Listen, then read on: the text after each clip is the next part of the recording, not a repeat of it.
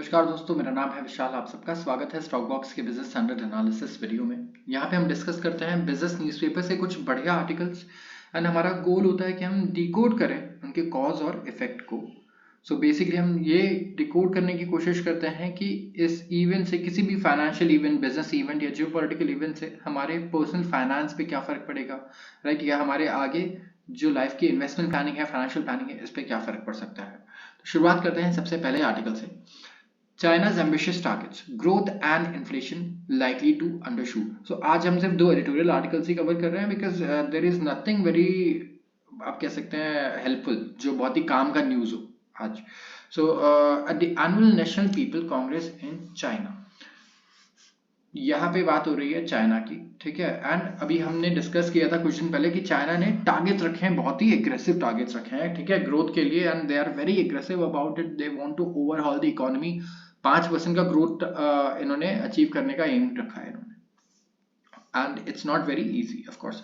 बहुत ही बड़ी इकोनॉमी है अब चाइना, दुनिया की दूसरी सबसे बड़ी इकोनॉमी है। तो अभी national people congress in China, अभी इनका एक कह सकते हैं रबर स्टैम्प पार्लियामेंट है, जहाँ पे ये मीटिंग हुई है एंड इन्होंने अनाउंस किया, जैसे हमारी पार्लियामेंट है वैसे ही कह सकते हैं इनका भी प्रॉपर एक सेटअप है, लेकिन वो रबर स्टैम्प पार्लियामेंट इसलिए बोलते हैं क्योंकि कुछ पावर नहीं है वहाँ पे। So, its leader announced macroeconomic targets for the coming year. The days when the entire Chinese economy could be managed to meet those targets are likely long gone. तो इनका कहना है कि macroeconomic targets announce किए, और आप ये कह सकते हैं कि वो दिन जब पूरी इकोनॉमी चाइना की मैनेज कर सकती थी इन टारगेट्स को मीट करने में, वो अब बहुत ही पहले जा चुके हैं।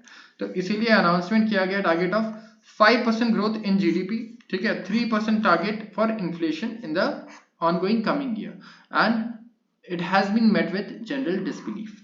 लोगों का कोई बिलीव है ही नहीं इस पे कि ये हो सकता है, ये पॉसिबल टारगेट्स है। Nominal growth of 8% appears particularly hard to achieve when the economy expanded by a mere 4.6% last year in nominal terms. Nominal growth की अगर बात करें 8% का टारगेट रखा है, ठीक है, और पिछला ग्रोथ था 4.6% लास्ट ईयर। तो इतना इतना बड़ा जंप कैसे ले सकते हैं, लोग यही पूछ रहे हैं, इकोनॉमिस्ट ही सवाल कर रहे हैं कि सीधा डबल ऐसा कैसे हो सकता है। Entrenched deflationary pressures meant that the real GDP growth in 2023 was 5.2%, but matching that appears impossible in 2024.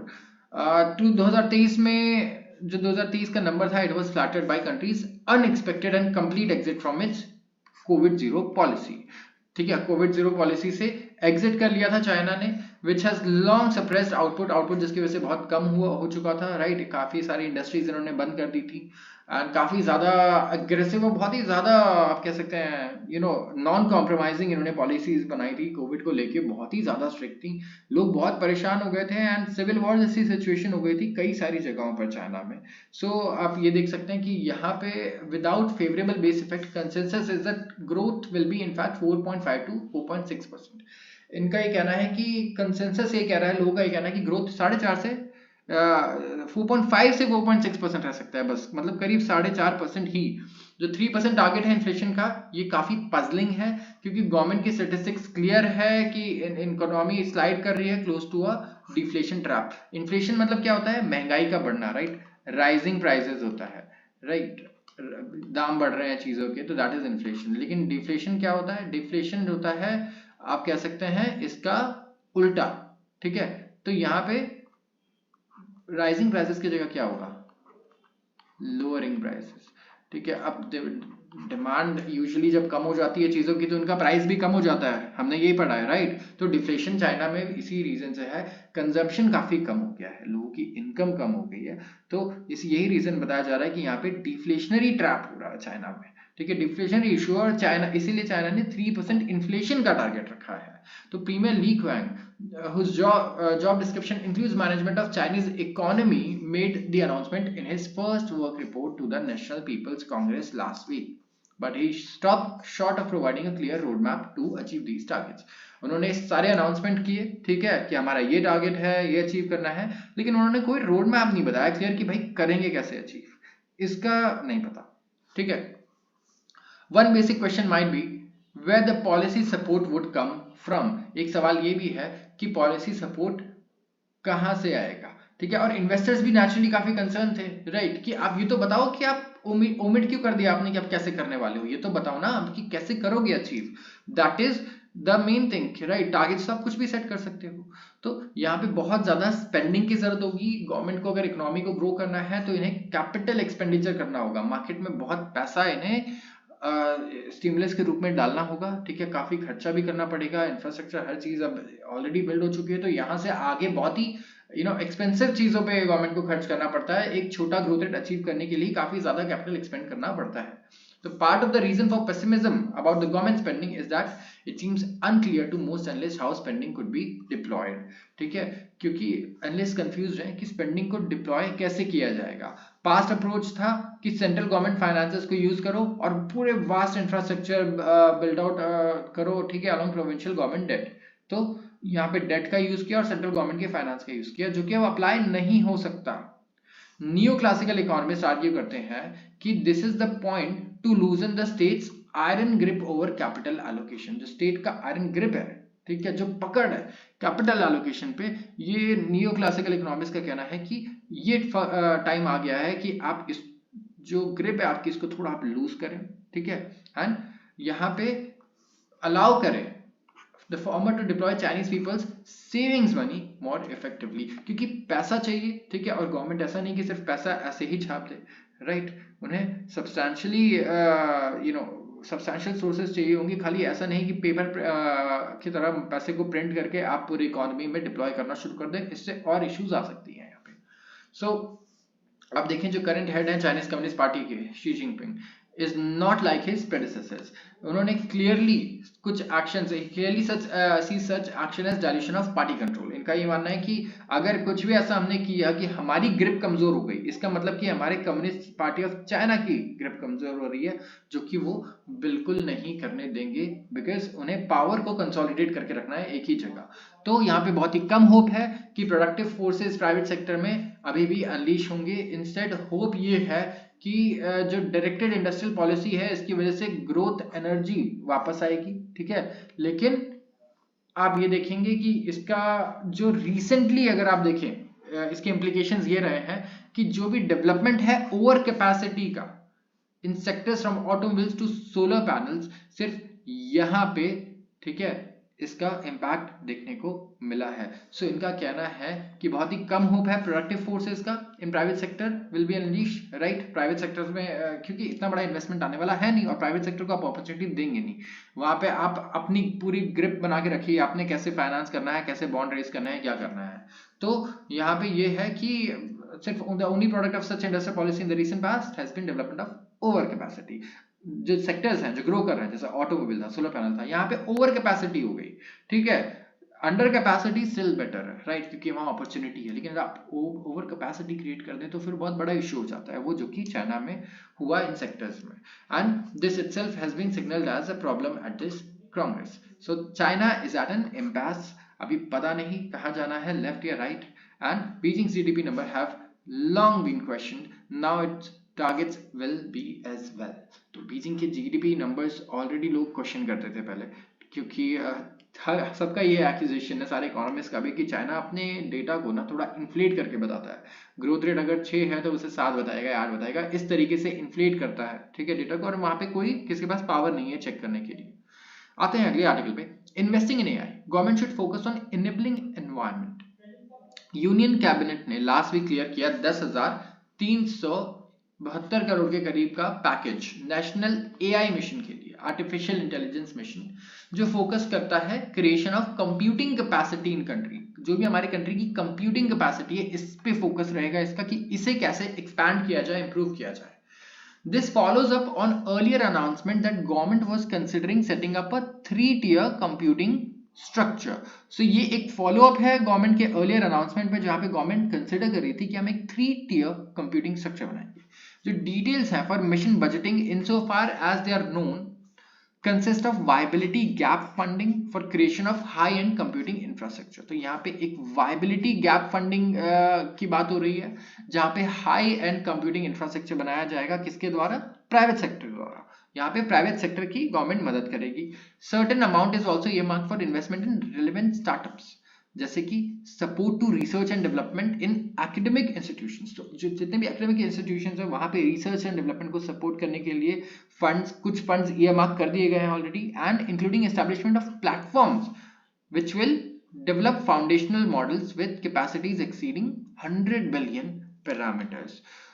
यहाँ पे आप देखें trained on data sets covering major Indian languages for sectors such as healthcare, agriculture and governments। तो एक बड़ा fund जाएगा कहाँ पे, ठीक है, यहाँ पे एस्टैब्लिशमेंट ऑफ प्लेटफॉर्म्स पे। ऐसे प्लेटफॉर्म्स बनेंगे जो फाउंडेशनल मॉडल्स बनाएंगे 100 बिलियन पैरामीटर्स पे। जैसे चैट जीपीटी एक लैंग्वेज मॉडल है, आप देखते हैं जेमिनी है गूगल के पास, तो यहाँ पे ये फोकस अभी तो कंपटीशन ही रहा है कि कितने ज्यादा पैरामीटर्स पे कौन सा वर्क करता है।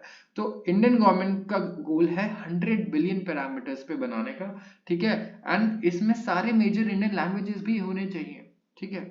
सो ये ताकि इसे हेल्थ केयर में अप्लाई किया जाए, एग्रीकल्चर में अप्लाई किया जाए एंड गवर्नेंस में भी। एआई क्यूरेशन यूनिट्स ACUs को डेवलप किया जाएगा, और प्रपोजल ये भी है कि हम एक एआई मार्केट प्लेस बनाए design to offer AI as a service and pre trained models.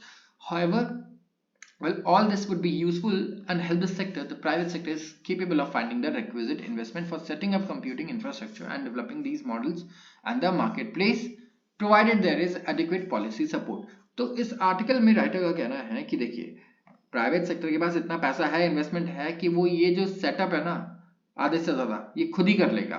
यहाँ पे कंप्यूटिंग इंफ्रास्ट्रक्चर भी प्राइवेट सेक्टर खुद ही बना सकता है, मॉडल्स डेवलप कर सकता है, मार्केट प्लेस भी बना सकता है, एआई मार्केट प्लेस। जो तीनों चीजें जो गवर्नमेंट ने डिसाइड की, बस उन्हें चाहिए adequate policy support, that's it. अब वो कह रहे हैं पैसे की चिंता नहीं है, चिंता है पॉलिसी सपोर्ट की।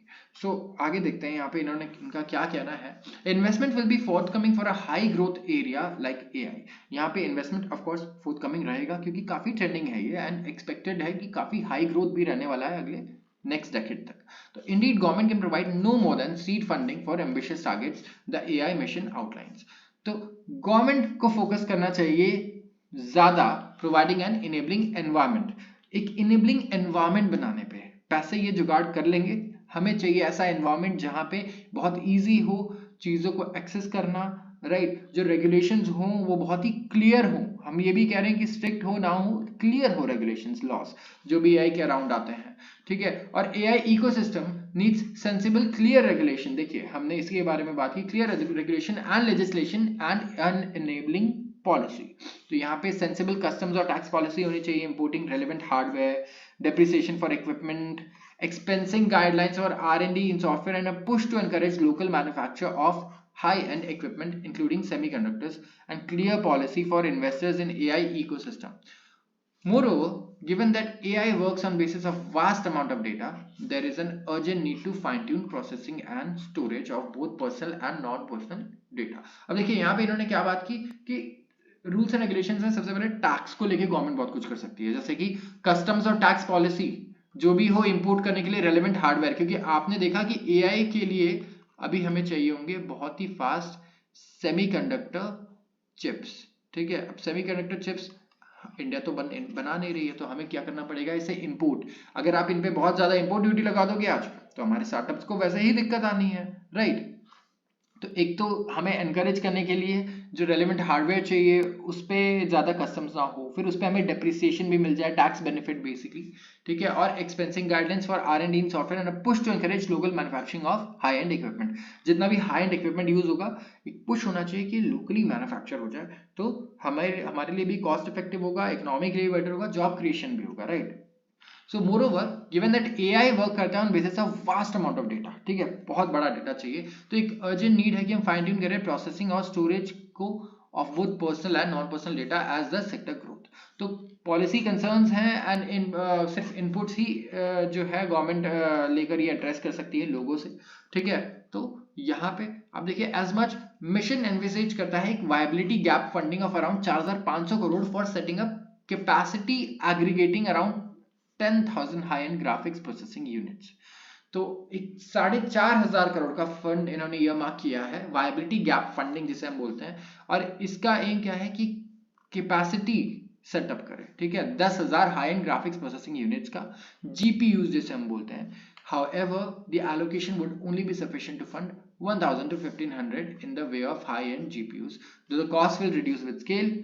दूसरा एलोकेशन क्या है 2000 करोड़ का टू फंड स्टार्टअप्स, ठीक है, जिसे रीअलोकेट किया जा सकता है किसी दूसरे पर्पस के लिए भी, लेकिन इनका अभी प्राइमरी गोल है कि ये स्टार्टअप्स को फंड करें। और गिवन द वाइब्रेंसी, जो वाइब्रेंसी और स्केल है एग्जिस्टिंग इंडियन स्टार्टअप इकोसिस्टम में, 2000 crore to Indian AI Innovation Research Center for R&D into large foundational models and establishment of an India AI datasets platform will certainly be useful।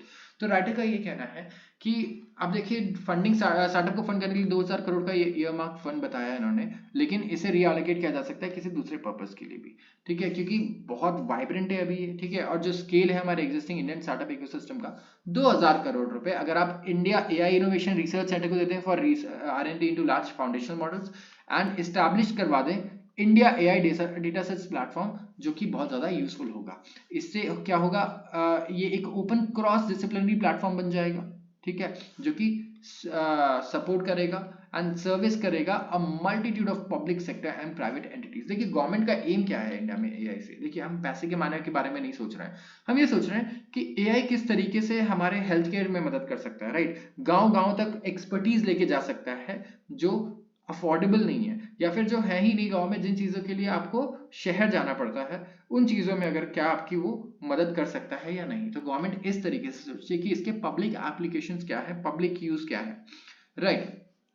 तो जो commitment है to the AI mission is commendable and so is the setting of ambitious targets. World बहुत fast move कर रहा है AI के context में, और इंडिया को बिल्कुल भी पीछे नहीं रहना चाहिए, स्पेशली इस फील्ड में। तो इसके इतने ज़्यादा एडवांटेजेस हैं और इंडिया में इतने प्रॉब्लम्स हैं जो एआई सॉल्व कर सकता है इस वक्त पे, ठीक है। तो इन चीज़ों के अराउंड पॉलिसी फॉर्मेशन बहुत ही क्रिटिकल है, and it is important that development and deployment of AI are under a sound and stable framework. एक साउंड और स्टेबल फ्रेमवर्क हो, उसके अंडर ही ये प्रॉपर पॉलिसीज बने, ठीक है, और एआई का डेवलपमेंट हो। तो once there is clarity on the policy front, investment will flow into the sector, so we just expect clarity, right, laws vague ना हो, बिल्कुल क्लियर हो, तो इन्वेस्टमेंट की कोई चिंता करने की बात ही नहीं है। तो आज के लिए बस इतना ही। अगर आपको वीडियो पसंद आई हो तो जरूर इसे लाइक करें और चैनल को सब्सक्राइब करना बिल्कुल ना भूलें। धन्यवाद।